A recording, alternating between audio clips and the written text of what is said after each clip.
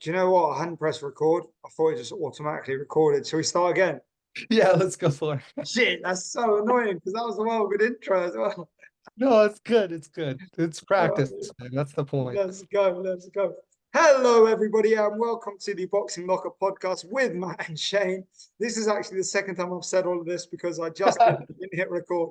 So, first things first, I am Matt Goddard, former professional boxer turned boxing coach, British Boxing Board of Control licensed trainer. I had 7 professional boxing matches and won a national title as an amateur. This is my friend Shane, who is a boxing coach over in the US, and I will let him introduce himself. Let's go. Yeah, Shane Crowley, longtime friend and student of Matt's, turned boxing coach and business owner in Sparta, North Carolina. Yeah, that's about it. Just here to talk boxing and coaching and learn and share. So basically, we met via Instagram, and we've worked together in numerous ways so far. Shane, I'll let you expand on that. Yeah, it was a while ago. I hit Matt up on Instagram, saw a couple of his reels, was really impressed with it, and asked him for advice. He helped fix a lot of my fundamental mistakes with boxing, and it got so far, it impressed me enough. I traveled to England to actually learn from him directly. Really liked what we did, picked up a lot, learned how to be a better coach through interacting with him. Yeah, man, I've learned a lot through you, and I'm happy to share it with some other people. Beautiful. That's what we like to hear. So, what we're going to do today, then, guys, is basically Shane and I have kind of mashed up a little sort of plan for today. And that is essentially that we've got 3 topics of conversation each. And we're just going to talk about those for 5-10 minutes ish. And then we're going to try and keep the podcast to roughly 30 minutes so that it's not too laborious for you all to listen, and keep our subjects as exciting as possible for as many people as possible. So, first things first, Shane, I'll choose the Yeah. first subject. And on my list, I have got how to develop clients technically without taking the fun out of boxing. Now, I obviously, love you've got experience as a coach. You are a coach. You coach a lot of clients. You've got young clients, old clients, everything in between. What is your take on that? It's a great question, first of all, because it's so important as a boxing coach. We want to just be kind of fight coaches. If we could just have a stable of a couple of like really successful fighters and not be, fitness coaches and not interact with a less engaged general public, then I think that's what our personal choices would be. But unfortunately, it takes a lot of time in order to develop that. So we kind of have to fund it through being personal trainers and coaches. I've noticed that, see, I'm in my 3rd year of coaching, and it's only just now that my gym is even getting to the point where it's, paying for itself. I found that if you really try to please everybody, people pick up on that. They sense a fakeness to it. You're going to be pulled between trying to be your authentic self, your passionate, fun self, with how much you love boxing and how much you want to share that with other people, versus how much you kind of have to please other people. And it's tricky to find a proper balance between the two, but I would heavily advise, if you want to build up clients, then they need to like you. If Oh they yeah, don't like without you, then doubt. they shouldn't be your client. So if you focus on being an authentic coach, it'll go a long way to building rapport and clientele. I always think as well that the more you embrace who you are, the more your clientele and your entire client base will fit to that. You'll find that Yeah. people who don't gel well with that just don't come back, and you learn over time. And I've been doing this almost 15 years now, coaching people, and I've found in that time that the ones that disappear that you didn't gel well with anyway doesn't really matter because you tend to fill the spaces if you're offering a productive, a positive, and a enjoyable Engage. experience. Yeah. Exactly. Then people come back, and you find your crowd. Like my clients and I were just speaking on this morning. I have a client that doesn't like to do spin classes as she finds it just too draining and engaging. And I was saying to her that I like to find a happy balance because, of course, it's for fitness where I'm going to push you. You're going to leave the gym feeling warm, burnt out, tired. But at the same time, I like to keep an eye on people and make sure I'm never pushing them beyond what they're comfortable with. If I see people starting to frown or put on a bad face, I will back it off a little bit. My goal as a coach is to efficiently make you push yourself. I can kill you. I can kill you in a 1 hour class, and I'll make you not want to come back to the gym. But I'd rather push you right to the edge of what you're comfortable with and get as much progress right at that little edge that we can, and have you come back 3, 4 times a week, as opposed to just getting one killer mega session in and then regretting That's it and not exactly it, wanting isn't to it? come back. At the end of the day, from a business perspective, you want people to want to attend more frequently, not less. And so Yes. even if somebody's coming once a week, but they're leaving absolutely ruined and they've got nothing in the tank, then you're basically A, costing yourself money, and also you're not really getting the best out of that client because they're not going to recover or learn. However, I must Mhm. interject because we haven't answered the question about technically, how do you improve people technically as a boxing coach without taking the fun out of the boxing? Okay. What's your approach to that? Introducing fundamental skills in a way that doesn't seem like we're learning boxing. Just throwing it in there. So say we're working on cardio on the bags. There's no reason I can't come up and fix little fundamental mistakes with the way that they're throwing their straights, helping them involve their lower body and add more and more rotation just slowly over time. Not, they don't have to be in there and have Olympic level straights in order to get some work in, but I want to make sure that if you're leaving my boxing gym, you look like you know how to box. Absolutely. Also, I will completely disguise fundamental lessons as exercise. So we'll do footwork and positioning and timing, but I'll do it in a way that seems as though we're doing circuit drills. So somebody will be over here doing uh forward, back, left and right while throwing punches. Somebody will be doing that while lining up with cones and setting a 1-2 on each cone. I just like to mix things up, and it gives me an opportunity to go in and go, hey, try this. And that's how I try to keep it fun. I've noticed if you just make it all about making somebody feel like they're not doing the correct technique, you'll make them feel kind of foolish. And I don't like that. I like to give just a little bit here and And there. also, the thing is, 90% of people that come into a boxing gym are never going to compete. And so, Yes. everybody watching videos on Instagram and stuff, I got some comments the other week because two of my fitness clients, I posted a video of them doing a cool drill where we were doing the pads at the same time. It was very, very entertaining, very cool. I posted it. Now, people commenting on that were pointing out technical errors. And those people have had 3 or 4 boxing lessons and they're able to do something that's really fun, really exciting, and that looks like almost real boxing. Now, it's not, and they've got no intention of ever having a fight. So, Right. what's it costing for me to just teach them little bits at a time, correct those things little bits at a time, just get them there slowly but surely. And then, 5 years down the line, they're still loving boxing, they're engaged in the sport. And to be honest with you, what I found is people generally then become more and more invested in the sport. They start watching it, they start enjoying it, and then they want to do more and more. So, It's I like you think give them that little crack in the door and they naturally just, their curiosity wants to push it open. because it's actually a brilliant sport, and that's the truth of it, mate. And Right. it keeps us from getting too tired and Oh God, frustrated. yeah. And you don't want to still be doing the same boring like volume work for forever for people. So, what's your first subject of conversation, my friend? Yeah, I've got a good one. Recently, I hurt my hand, so I'm completely sidelined with my left hand. You have any advice for how I can still stay engaged, get my cardio work in, maybe even practice techniques on that side without furthering the injury or making it worse? Well, I have got years of experience of smashing my hands to pieces. I've taken lots of time out in boxing with broken knuckles and various other bits. And what I've always found is there is always something you can do.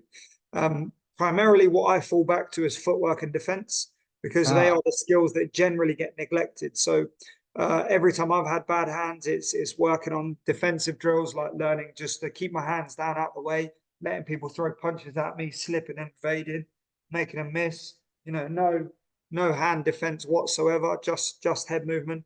Introducing footwork into that, working on changing angles with the feet, working on setting up counters for in your case, for the rear hand, but obviously whichever hand it is. So if Right. you've got your jab, then work on setting up the jab or the lead hook, or and that's the easiest thing to do. There's no excuse when you have a bad hand to not be training.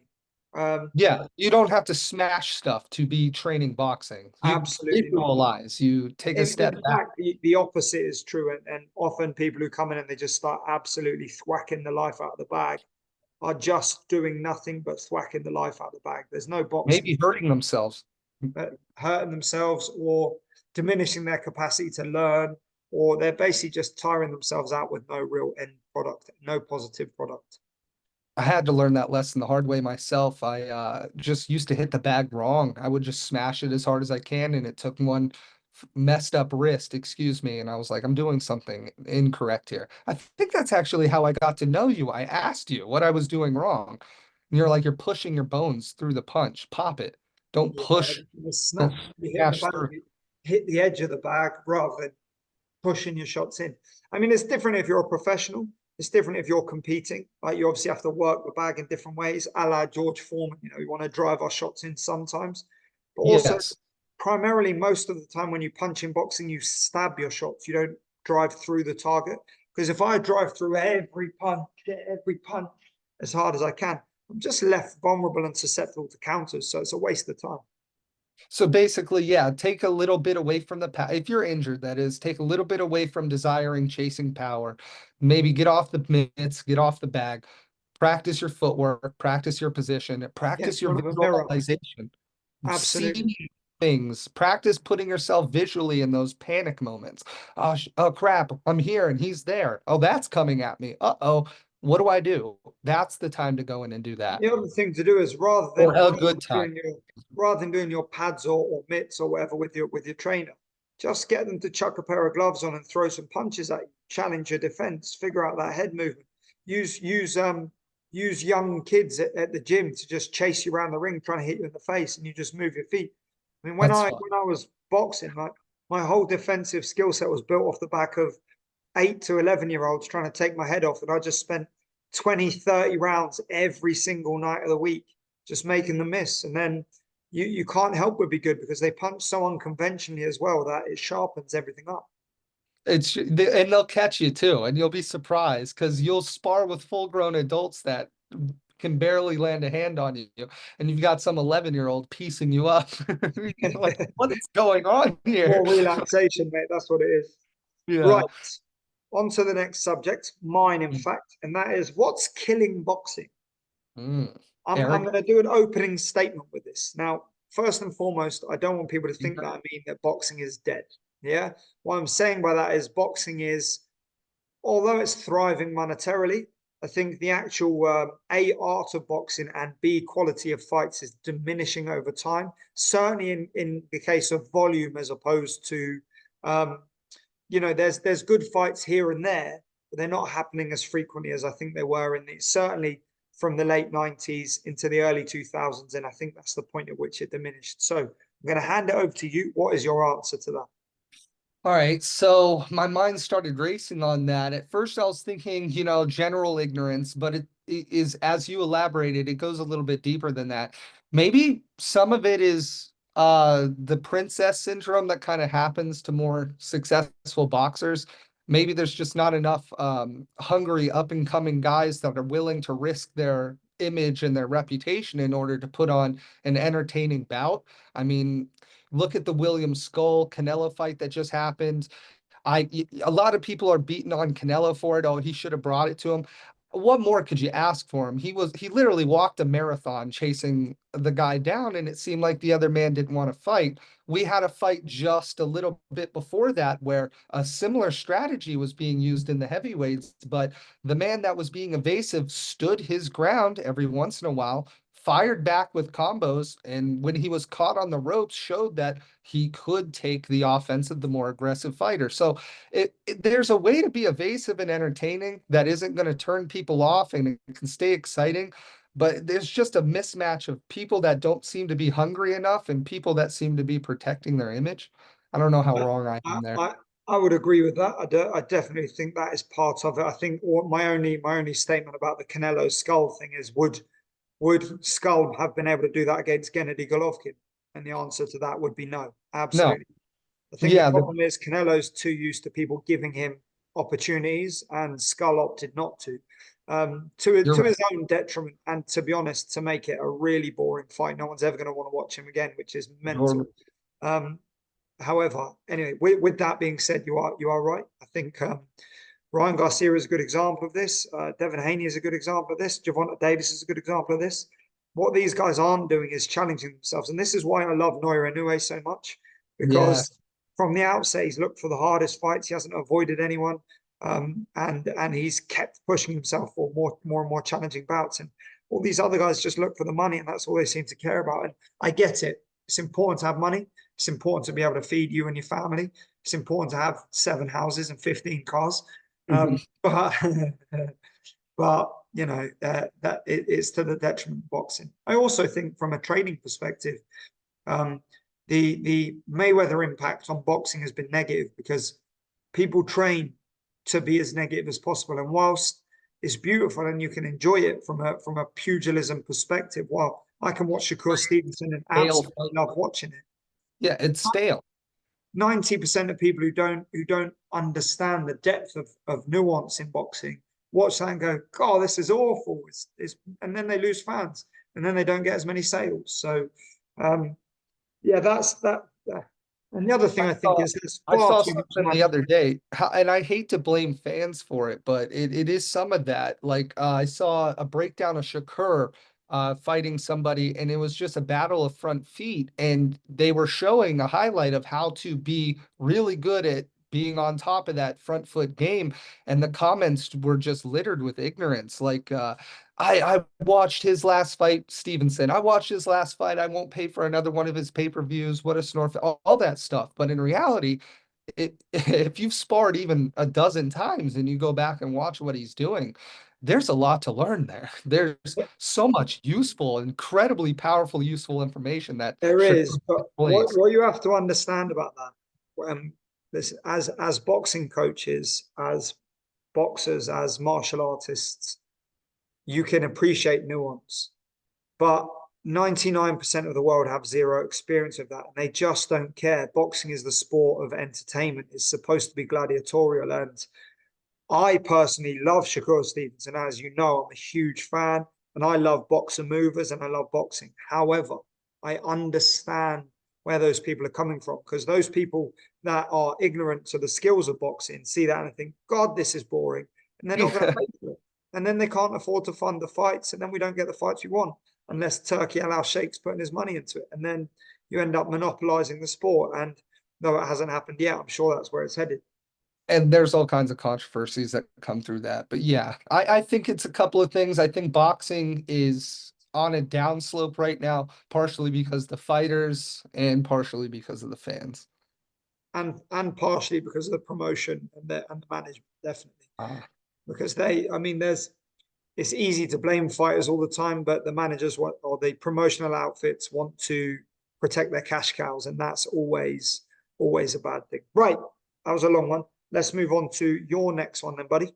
All right, so from a coaching perspective, how do you deal with fighters that, although they recognize fundamentally correct things to do, their own psychology, their own makeup forces them when they're in fighting situations to just do things incorrectly. So say you teach somebody how to stand with proper posture. Of course, there's variations, right? But every time you see them spar or even compete for you, they'll abandon it. How do you deal with that as a coach? Because it doesn't mean it's technically wrong, especially if they're winning. But how do you deal with that? And how do you, because sometimes it's easy to take that as a disrespect. Like you're like, okay, so you don't want to do it the way that I'm showing you. How do you kind of separate from that? Because what I would say is style has to be malleable, style has to be adaptable. And as a coach, you have to understand that the fighters you are working with are not you. And so you have to adapt your abilities to, and your coaching itself to work alongside their personality and character traits, their physical preferences, their stylistic preferences. And often it's It's easier to get somebody from zero experience and teach them from absolutely nothing than it is to work with somebody who's already has a predisposition to certain preferences. For example, Right. they may have been a big Roy Jones fan, and so they like to jump about and keep their hands low and be twitchy. And then when you meet those people, there's no point trying to change them. What you have to do is augment them. So we input into them additional facts and skills that can Right. then make them do that more effectively. And that's the answer. The answer is find a way to make what they do wrong better and to augment and compound the abilities of what they are really good at, so that then whoever comes up against them struggles so much with the thing they're great at that they can't come past the thing that they struggle with. I really like that. That's really good. It's not about telling somebody they're doing something wrong. It's more about focusing on the things that you can help them do better. Absolutely. And I mean, don't get me wrong, if somebody walks around with their head up in the air the whole time, I'm not going to let them keep going. Yeah, yeah. That's not Fundamentally realistic decision. purely incorrect stuff. Yeah, that gets called out immediately. But Absolutely. what I'm talking about is more like people like to drop their lead hand low. Oh man, everyone likes to spar like that at the beginning. And it's like you're just waiting for them to take a couple of overhands, and you're like, all right, that hand will come up eventually. You'll listen eventually, but they seem to make it work, and sometimes Well, it transitions to their style. That's just the how other they end thing up is, doing it. sometimes people have a preference for, the fight, flight, or freeze mode, and some people like to be vulnerable so that it forces them into reactions and doing things. And that's something else you have to consider. How do people naturally react? What is their mindset? Where do they go to when they're under attack? I like that. I think that covers that. I like that. Cool. Right. That was more My of a last personal topic. question. That My was for me. my to be fair, look, my trainer, we trained one way all the time, and that was that. It just so happened that I very much suited his style of coaching, and that it worked for me and my That's mentality. impressive. I know a Yeah. lot of people who came to the gym and then left because it wasn't the right style for them, but he's an unbelievable coach and an unbelievable man. But lots of people are lost to him because it was his way or the highway. And that's what makes great coaches often, but equally it's often the downfall for some. Now, I've lost last people one. like that. Sorry, yep. Yeah, it's fine, it's fine. Salvador Sanchez, Hmm. if he hadn't passed away at the time he did and was 5 years on in his career, or Roberto Duran at his prime at lightweight. So if they had met at lightweight, A, how do you think the fight would play out? B, what would you think about Salvador Sanchez? Do you think he would be better? Do you think he was already so good and there wasn't much improvement to be made, or what? I think, yeah, okay. So no, there was some improvement to be made. I think I love Salvador Sanchez. So I'll never be as skilled or as talented as Salvador Sanchez. But everybody has things that they can work on. And he died at what, like 21 or Yeah, something like that? Really, really young. They recognize that our athletic peak really isn't even until our mid-20s. So just on a pure physicality aspect, he had room to improve. So yeah, we would have gotten, maybe he would have lost, who knows, but we would have gotten some more impressive and even more dominant performances out of him. Would he have beat Duran? Okay, again, a lot of people really love Salvador, so we've got to look at how he's fought in the past. How does he do against people that come in? Salvador used to kind of like to exchange on the inside with people that were inside fighters. I don't think that would have favored well for him with Durant. If Sanchez would have stayed on the outside, I think Sanchez would have done a great job. Again, this is this hypothetical fight in our mind, but Duran was a bulldog. I mean, that was his entire persona. I I have like a maybe like a 55-45 Duran. I'm thinking that percentage wise, if they fought 100 times, he's winning 55 of them.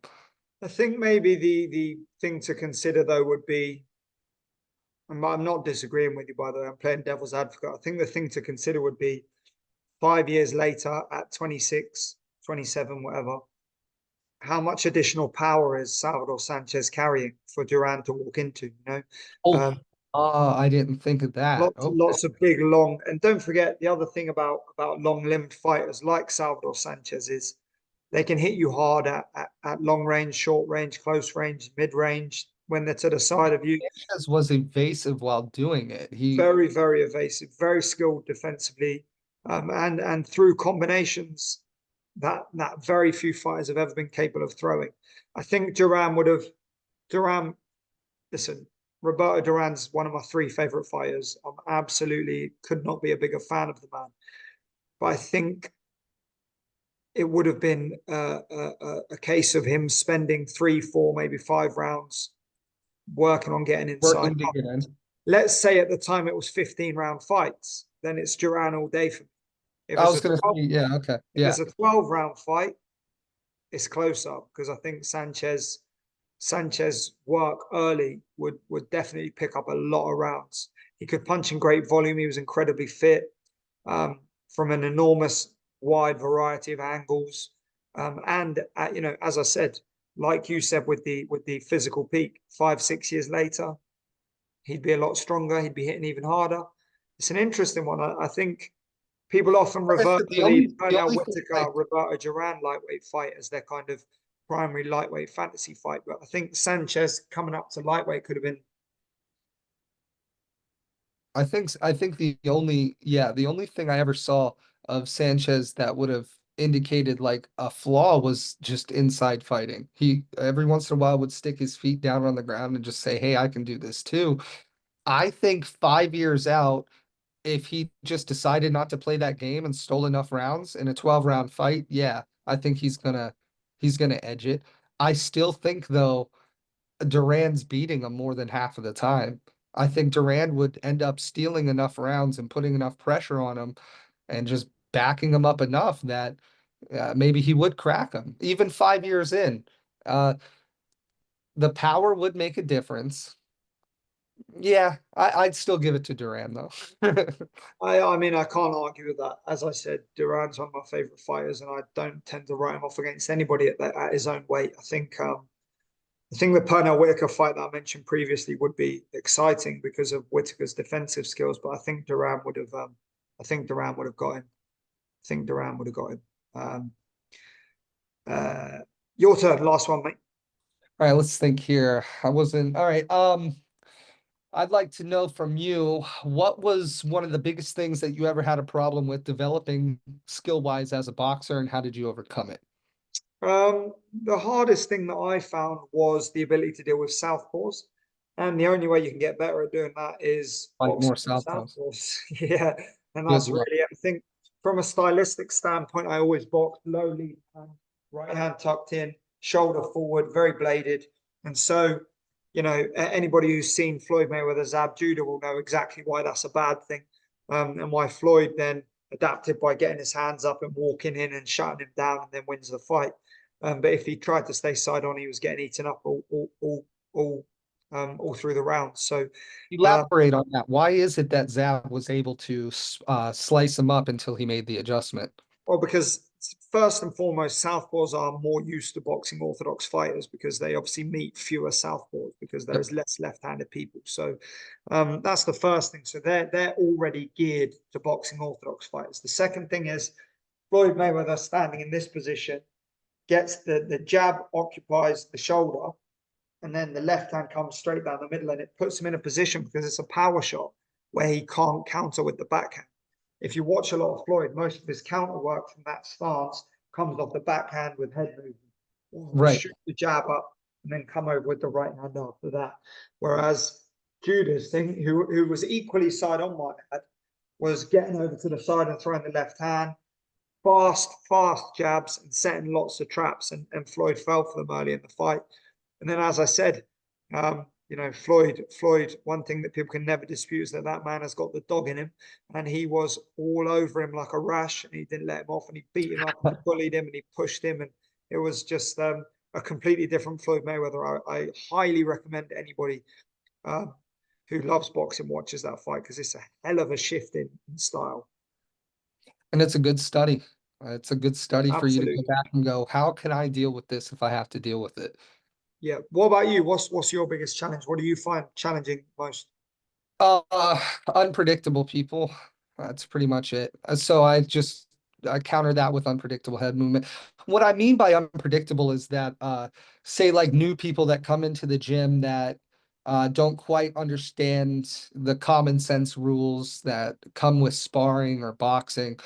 Say I let them spar a little bit too early, maybe only a couple classes in, and I don't know them, I don't know their bodies, so you're always a little bit nervous because you don't really trust each other just yet. And those individual people trying to kind of prove themselves and stuff like that, I tend to freeze up a little bit. So I guess for me, it's nerves. Whenever you're dealing with a little bit more pressure than what you'd normally be dealing with, just learning to chill out and relax. I kind of already know what to do, but not if I'm freaking out. Okay, and what's the answer? What do you do? Breathe and relax and loosen up. Some weird thing that happened, and I But use how it. do you, but how do you create that, the time to do that? What's the answer technically? Force it. There's almost never any time. It's not like I can just make the request and go, "Oh, Shane, I'd like to be calm now. Do that." In the next 2 minutes, you need to calm down. Uh, one thing that I do, and I know it sounds really weird, but one day when we were training together, I was quite tense, and you were like, "Hey, just pretend like you got like bit by a zombie." And everything just goes dead. And I'm like, I like that. So one of the things that I like to do is mentally just imagine like my body's just debilitated. It's extremely exhausted. It's already tired. And I just drop and I let it go. And then I have some mental clarity, some focus, and makes things a little bit easier. But it's still my biggest thing is that little bit of panic moment and trying to let that go so I can fight and not freak out. From a technical standpoint, the answer to that would be move your feet and use your jab Mm. till you've reached that composure. Okay, to get That the would be the space answer. in the fight. Yeah, Yeah. yeah, because you need the space to then figure it out. And that's, I often tell the guys that fight for me that, the answer at the start of every fight is to move your feet, use your jab, pick any traps, figure out what they do, figure out how they react, and then go to work afterwards. So what I do then is I don't do footwork first. I fix my position because oftentimes if I'm getting hit at it's because I'm out of position. So I'll mentally go, where are my hands? Where's my head? And then I'll go, why am I so close to this guy? And then I'll This is not where I want to be. Go, go, yeah. go. Yeah, and then what I tell the guys is once you've established your position, you've established your footwork, jab at them. Just throw your jab out there, like you just said. And then I say to take away their jab because they're going to try to jab back. If they're stupid enough to try to counter with big looping shots, you'll see them a mile away. So you get your jab, you get your space, you get your jab, breathe, and start looking for what they're going to respond with. Correct. Very well said. Right. Cool. We're going to wrap it up, and I've got a joke for you. I'm going to wrap it up with a lovely little boxing joke. Why don't bad boxers wear trousers? I have no clue. Because they don't have any belts. Ah, I'm going to tell my kids that I one. like that one. Yeah, it's a good one. That's a good one. Why don't bad boxers wear trousers? Because they don't have any belts. There we have it. Okay. So everybody who's watching, I hope you enjoyed that. In the future, we would love it if you guys would, in the comments below, let us know if you have any questions that you want answered, from boxing technique to fantasy fights to running your own boxing gym to coaching, any questions at all. We would love to answer those, wouldn't we, Shane? I would love to. So yeah, please do let us know in the comments, and thank you to anyone who's watched all the way through to the end here. I know sometimes we both like a little monologue in there to kind of get into the subjects, but that's what happens when you're as passionate about boxing as we are. So thanks to Shane for joining me, and thank you all for watching. Don't forget to click the subscribe button down below, like the video, share it with your friends, and please do comment any questions you have. Have a great day, everybody, and big up from both of us. Shane, you want to say goodbye? Thank you guys. Give us any suggestions you have. Like, comment, share. Thank you guys. Take care.